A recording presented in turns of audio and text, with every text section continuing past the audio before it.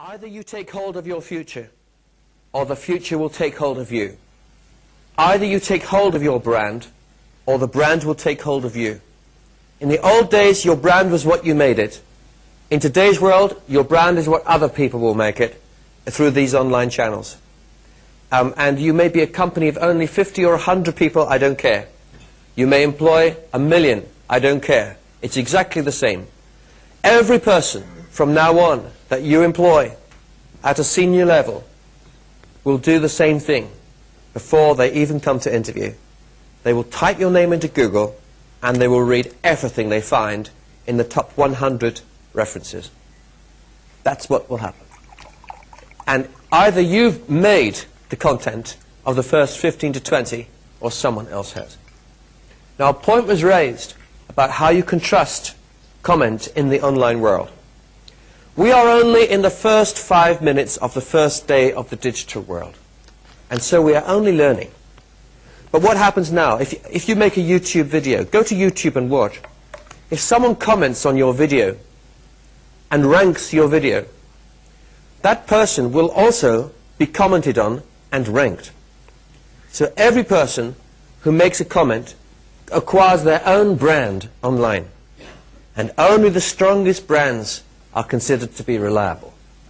So you could have 15 people commenting on a YouTube video about your product, but only 3 will rise to the top and really be listened to, because they are the ones who consistently give comment which is agreed with by the rest of the online community. So these things are becoming stronger. Emotion. Patrick, I'll just stop you there for a moment. You yourself said that democracy may not be the most viable, best way of establishing what the truth is.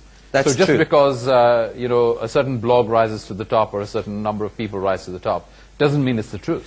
It doesn't. And that creates a hazard, a danger in the online world. But I have to say, go and look at Wikipedia.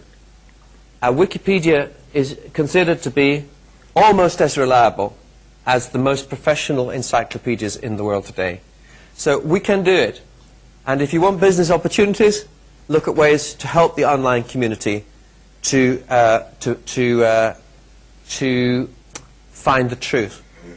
That's why bbc.co.uk is one of the biggest websites in the world, because it is trusted as a brand for telling the truth.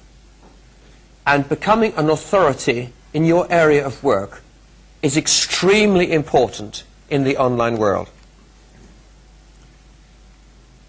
Let me just follow up. How many companies, in your experience, are actually taking the internet seriously, particularly blogs and YouTube? Almost zero. Here is a test. Go onto a company website and see if they understand the new net. In the past, they created brochures, sales brochures, which then became interactive. Perhaps you can order a service. That's last century. Go to the company and look and see how many of their web pages have a bulletin board at the bottom of the same page, where their customers can actually put comments about the content of the page, about the service that's been delivered, about whether the last phone call was helpful or not. And you'll begin to understand the scale of the problem. So it's a huge, huge issue. We need to move from last century web to next century web. This century web is community, and it's the collective voice. And you'll see smart companies are doing it. And smart companies will allow negative comments to be published online about themselves, because they know that if they're not published on their own web pages, they'll be published on someone else's.